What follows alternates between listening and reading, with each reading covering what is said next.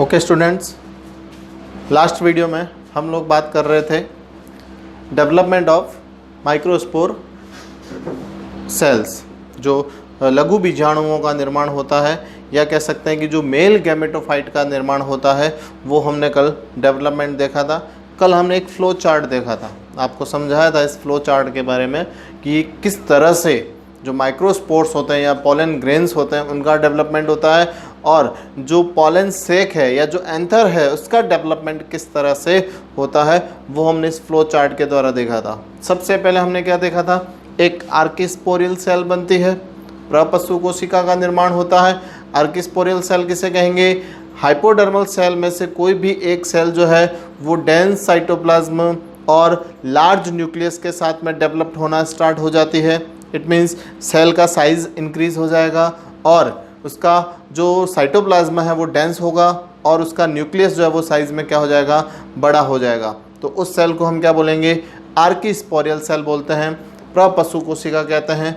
Archesporial cell periclinal division करती है। कल बताया था मैंने आपको पेरिक्लाइनल एंड एंटीक्लाइनल डिवीजन दोनों की हमने बात की थी।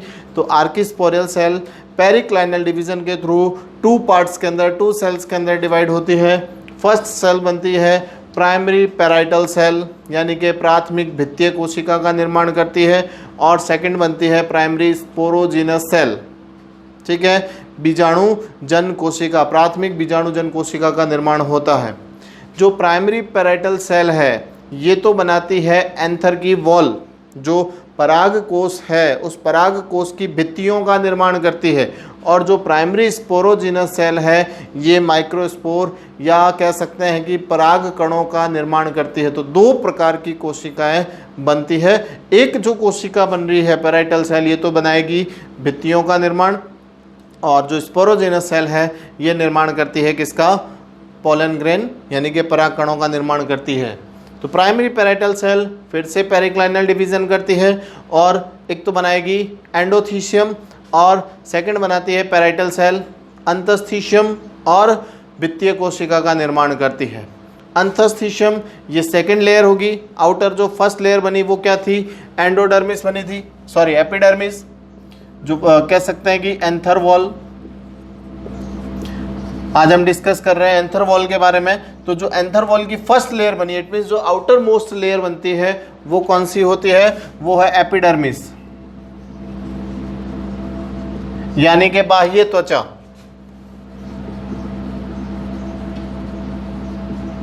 एपिडर्मिस का निर्माण होता है। सेकंड लेयर क्या बनती है? सेकंड बनती है एंडोथीशियम,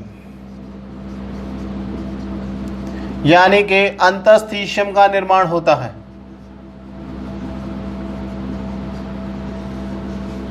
ठीक है, और जो थर्ड पैराइटल सेल बनी थी, यानी कि जो प्राइमरी पैराइटल सेल वॉल के डिवीजन से एक तो बनती है एंडोथीशियम जो कि सेकंड लेयर बनाती है, और जो पैराइटल सेल बनती है वो फिर से पेरिक्लाइनल और एंटीक्लाइनल डिवीजन करती है।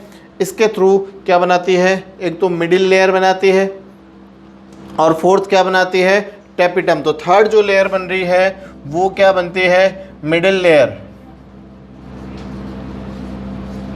और जो फोर्थ पार्ट बनता है वो है टेपिटम, यानी कि पोषोतक। इन चार परतों का निर्माण होता है। इन चार परतों के भीतर देखिए, इस तरह से कल मैंने आपको एक डायग्राम भी बना करके बताया था। इस तरह से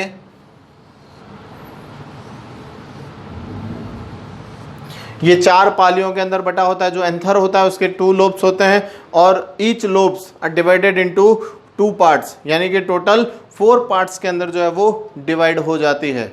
इट मीन्स जो एंथर होता है वो 4 चैम्बर्स के अंदर डिवाइड होता है, और हर एक चैम्बर्स को क्या बोला जाता है? माइक्रोस्पोरेंजियम, लघु बीजाणु धानी कहा जाता है। ये फर्स्ट लघु बीजाणु धानी माइक्रोस्पोरेंजियम, ये सेकंड माइक्रोस्पोरेंजियम, ये थर्ड माइक्रोस्पोरेंजियम, ये फोर्थ माइक्रोस्पोरेंजियम।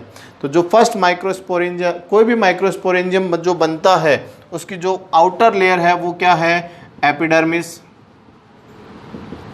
इसके नीचे जो सेकंड लेयर बनती है वो क्या बनती है? वो बनती है एंडोथीशियम, और नीचे जो 1 से 3 परतें बनती है वो बनेगी आपके मिडिल लेयर, और सबसे अंदर की जो परत बनती है वो क्या है, टैपिटम। टैपिटम, ये 4 परतें बनती है। ये चारों परतें क्या कहलाती है, एंथर वॉल यानी कि परागकोश भित्ति कहलाती है। तो हमें इन चारों परतों के बारे में आज बात करनी है। और जो इधर प्राइमरी स्पोरोजिनस सेल बनी थी, ये किस में बन जाती है, 4 माइक्रोस्पोर के अंदर बन जाती है। कैसे बनती है हम बात कर चुके हैं इसके बारे में। स्पोरोजिनस सेल ये डायरेक्टली या फिर डिवीजन के थ्रू क्या बनाती है, माइक्रोस्पोर मदर सेल बनाती है। लघु बीजाणु मात्र कोशिका का निर्माण करेगी। माइक्रोस्पोर मदर सेल क्या करती है, मियोसिस करती है। एक मियोसिस से 4 क्या बनते हैं, माइक्रोस्पोर बनते हैं, लघु बीजाणुओं का निर्माण होता है। और ये जो चारों लघु बीजाणु बनते हैं, ये लघु बीजाणु कहाँ होंगे, इस माइक्रोस्पोरेंजियम के अंदर होंगे। यानी कि जो माइक्रोस्पोर बनते हैं ये इस माइक्रोस्पोरेंजियम के अंदर उपस्थित होते हैं। और बाद में ये क्या बनाते हैं, पॉलन ग्रेन बनाते हैं। चारों माइक्रोस्पोर जो है वो एक साथ जुड़े हुए होते हैं और क्या बनाते हैं, एक टेट्राड स्ट्रक्चर बनाते हैं, यानी कि एक चतुष्क का निर्माण करते हैं। तो सबसे पहले हम बात करते हैं एपिडर्मिस। एपिडर्मिस क्या है, कैसे बनी हुई होती है, क्या क्या विशेषताएं हैं इसकी। तो जो ये एपिडर्मिस है ये आउटर मोस्ट लेयर यानी कि सबसे बाहरी परत बनाती है।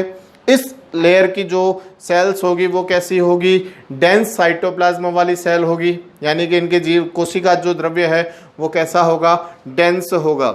और ये जो सेल्स होती है एपिडर्मिस की, ये सेल्स एलोंगेटेड होती है, यानी कि कह सकते हैं सुदीर्घित होती है। लंबाई में कम होगी, चौड़ाई में ज़्यादा होती है, यानी कि लंबी कोशिकाओं का निर्माण करती है, एलोंगेटेड सेल्स का निर्माण करती है। तो एपिडर्मिस की जो सेल होती है वो कह सकते हैं कि पॉलन सैक की, या जो एंथर वॉल है जो आउटर मोस्ट लेयर, ये पॉलन सैक को प्रोटेक्ट करने का काम करती है, इसकी सुरक्षा करने का काम करती है। इसीलिए ये सबसे बाहरी परत का निर्माण करती है। उसके बाद में जो सेकेंड लेयर बनती है वो बनती है endothecium. Endothecium are very important. ये कह सकते हैं कि पॉलन ग्रेन को या कह सकते हैं कि जो एंथर वॉल है उसके रैप्चर होने में क्या करती है, हेल्प करती है। यानी कि एंथर के प्रस्फुटन के लिए, उसके फटने में जो है वो सहायता करती है। कौन, एंडोथीशियम। देखते हैं इस एंडोथीशियम की क्या स्पेशल स्पेशलिटी है। एंडोथीशियम सेल्स ये भी कैसी होगी, एलोंगेटेड सेल्स होगी, लंबी कोशिकाएं होती है इस तरह से। मोस्टली ये 1 लेयर के अंदर ही प्रेजेंट होती है। नॉर्मली ये मोनोन्यूक्लिएटेड होती है, लेकिन बाद में ये कह सकते हैं कि मल्टी न्यूक्लिएटेड हो जाती है। स्टार्टिंग के अंदर ये मोनोन्यूक्लिएटेड ही होगी, एक एक ही इसके अंदर जो है वो न्यूक्लियस प्रेजेंट होगा। और बाद में जो है वो न्यूक्लियस डिवाइड होकर के कह सकते हैं कि मोर देन 1 न्यूक्लियस जो है वो इसके अंदर प्रेजेंट हो सकते हैं। स्पेशल कैरेक्टर क्या है एंडोथीशियम लेयर का, ये एपिडर्मिस के बाद का सेकेंड लेयर है। इस एंडोथीशियम की इनर लेयर पर, यानी कि जो इनर सरफेस होती है वहाँ पर अल्फा सेल्यूलोज के बैंड प्रेजेंट होते हैं यू शेप में। अंग्रेजी के यू शेप के अंदर जो है वो अल्फा सेल्यूलोज, ये इंपॉर्टेंट रहेगा, अल्फा सेल्यूलोज बैंड प्रेजेंट होते हैं। ये alpha cellulose band anther wall के रैप्चर होने में, फटने में सहायता करते हैं।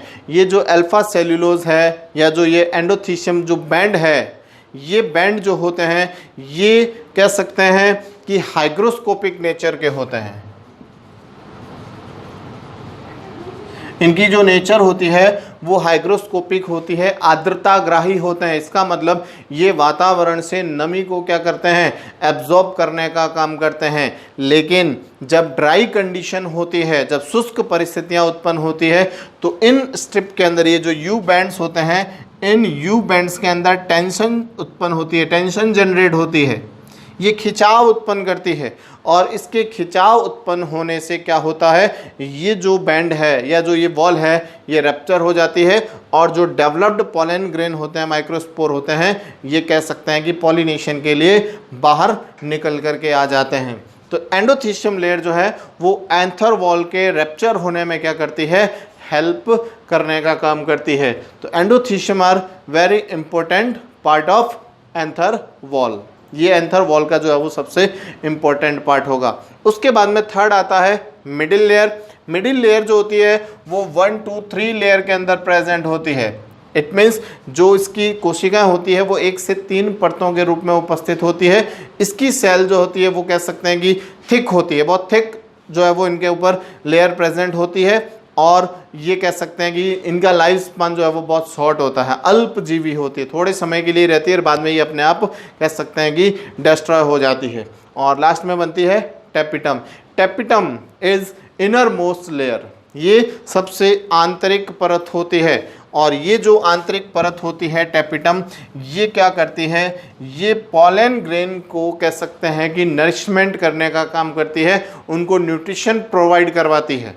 जो एंथर वॉल के अंदर यानी कि जो माइक्रोस्पोरेंजियम के अंदर जो पॉलन ग्रेन्स डेवलप्ड हो रहे हैं, उन पॉलन ग्रेन्स को क्या करती है, ये नरिशमेंट करने का काम करती है, उसे न्यूट्रिशन प्रोवाइड करवाती है। टेपिटम लेयर की जो सेल होती है वो कह सकते हैं कि डेंस साइटोप्लाज्म एलोंगेटेड सेल्स होती है। इनकी सेल के अंदर कुछ स्मॉल बॉडीज प्रेजेंट होती है, या कह सकते हैं ग्रेन्युलर शेप जो है वो स्मॉल बॉडीज प्रेजेंट होती है। इट इज नोन एज प्रोयूबिश बॉडी।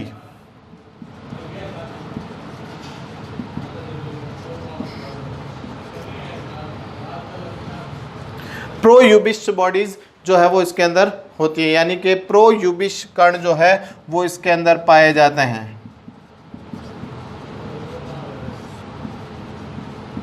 प्रोयूबिश कण, ये प्रोयूबिश कण क्या करते हैं, जो ये पॉलन ग्रेन बनते हैं यानी कि जो माइक्रोस्पोर बनते हैं, माइक्रोस्पोर के बाहर एक लेयर बनाने का काम करते हैं, या उसके कह सकते हैं कि उसकी आउटर कोटिंग का काम करते हैं प्रोयूबिश पार्टिकल जो होते हैं। जैसे ही प्रोयूबिश पार्टिकल इस एंथर वॉल से निकलकर माइक्रोस्पोरेंजियम के अंदर एंटर करेंगे, ये क्या करते हैं, यूबिश बॉडी के अंदर जो है वो कन्वर्ट हो जाते हैं। इट मीन्स जो प्रोयूबिश बॉडीज होती है, इनके अंदर जैसे ही प्रोयूबिश बॉडीज रिलीज होकर माइक्रोस्पोरेंजियम के अंदर एंटर करेगी, इनके ऊपर स्पोरोपोलेनिन, स्पोरोपोलेनिन का कह सकते हैं कि कोटेड जो है वो इसके ऊपर जमा होना शुरू हो जाता है। और जैसे ही प्रोयूबिश बॉडी के ऊपर स्पोरोपोलेनिन जमा हो जाएगा तो ये प्रोयूबिश बॉडी किस में बन जाएगी, ये बन जाएगी आपके यूबिश बॉडी में।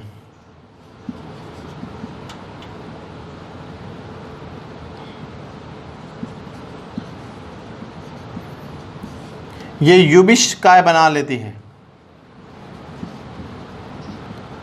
और ये जो यूबिश काय होती है, ये इन पॉलन ग्रेन के आउटर में, जैसे सपोज ये पॉलन ग्रेन है, इस पॉलन ग्रेन के आउटर में एक थिक वॉल यानी कि इसके बाहर एक मोटा आवरण बनाने का काम करती है। तो ये भी काफ़ी इंपॉर्टेंट पार्ट रहेगा, प्रोयूबिश एंड यूबिश बॉडी। स्पोरोपोलेनिन का जमा हो जाएगा तो उसको यूबिश बॉडी बोलेंगे, और जब स्पोरोपोलेनिन का जमाव नहीं होता है तो उसको बोलते हैं यूबिश बॉडी। और ये जो यूबिश बॉडी होती है, ये आउटर लेयर का निर्माण करती है, और ये जो आउटर लेयर है ये पॉलन ग्रेन को क्या करती है, प्रोटेक्ट करने का भी काम करेगी। तो टेपिटम के मोस्ट फंक्शंस क्या हो गए, एक तो प्रोटेक्शन ऑफ पॉलन ग्रेन, एक तो पॉलन ग्रेन की प्रोटेक्शन का काम करेगी, सुरक्षा का काम करती है, और सेकंड ये नरिशमेंट का काम करती है, ये उनको नरिशमेंट यानी कि न्यूट्रिशन प्रोवाइड करने का भी काम करेगी। तो जो एंथर वॉल होती है, ये एंथर वॉल जो है वो 4 लेयर से बनी होती है। First epidermis, second endothecium, third middle layer जो कि 1 2 3 लेयर्स के अंदर प्रेजेंट होती है, एंड फोर्थ टेपिटम यानी कि पोसू तक। ठीक है।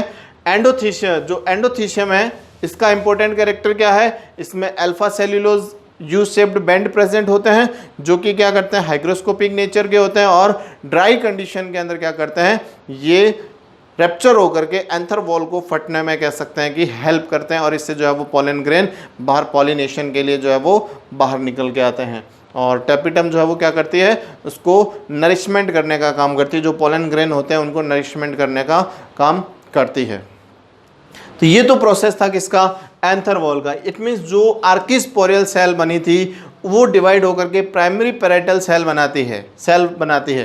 प्राइमरी पैराइटल सेल जो है वो इन 4th लेयर का निर्माण करती है, यानी कि जो प्राइमरी पैराइटल सेल है वो पेरिक्लाइनल और एंटीक्लाइनल डिवीजन के थ्रू इन चारों परतों का निर्माण करती है। उसके बाद में सेकंड पार्ट आता है आपके डेवलपमेंट ऑफ माइक्रोस्पोर, यानी कि जो लघु बीजाणु होता है उनका विकास किस प्रकार से होता है। तो जो प्राइमरी स्पोरोजिनस सेल होती है वो लघु बीजाणुओं का निर्माण करती है। अब ये हम बात कर चुके हैं कि माइक्रोस्पोर किस तरह से बनते हैं। मियोसिस होगा, मियोसिस के थ्रू जो है वो माइक्रोस्पोर बनेंगे, और ये माइक्रोस्पोर कौन कौन से शेप के अंदर या कह सकते हैं कि किस किस फॉर्म में जो है वो प्रेजेंट होते हैं, ये हम बात करते हैं नेक्स्ट वीडियो के अंदर।